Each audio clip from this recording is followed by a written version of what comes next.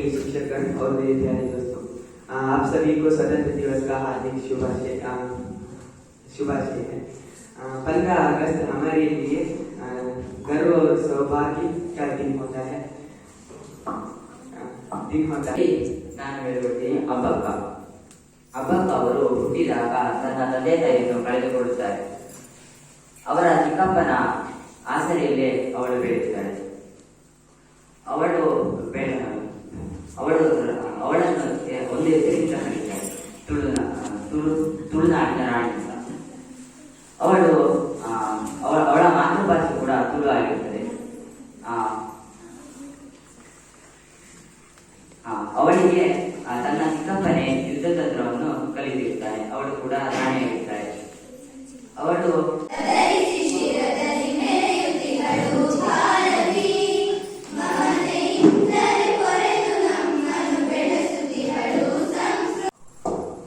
ಇಂದು 75ನೇ ಸ್ವಾತಂತ್ರ್ಯ ಆಚರಿಸುತ್ತಿದ್ದೇವೆ. ನಾನು ಶಾಲೆಗಳ ಬಗ್ಗೆ ಹೇಳಲು ಇಷ್ಟಪಡುತ್ತಿದ್ದೇನೆ. 1888 ಬ್ರಿಟಿಷರು ಪ್ರತಿಭಟಿಸಿದ ಭಾರತದ ಹೋರಾಡಿದ ಭಾರತದ ವೀರ ಮಹಿಳೆಯರಲ್ಲಿ ಕಿತ್ತೂರು ರಾಣಿ ಚೆನ್ನಮ್ಮ ಮೊದಲಿಗರು 1857ನೇ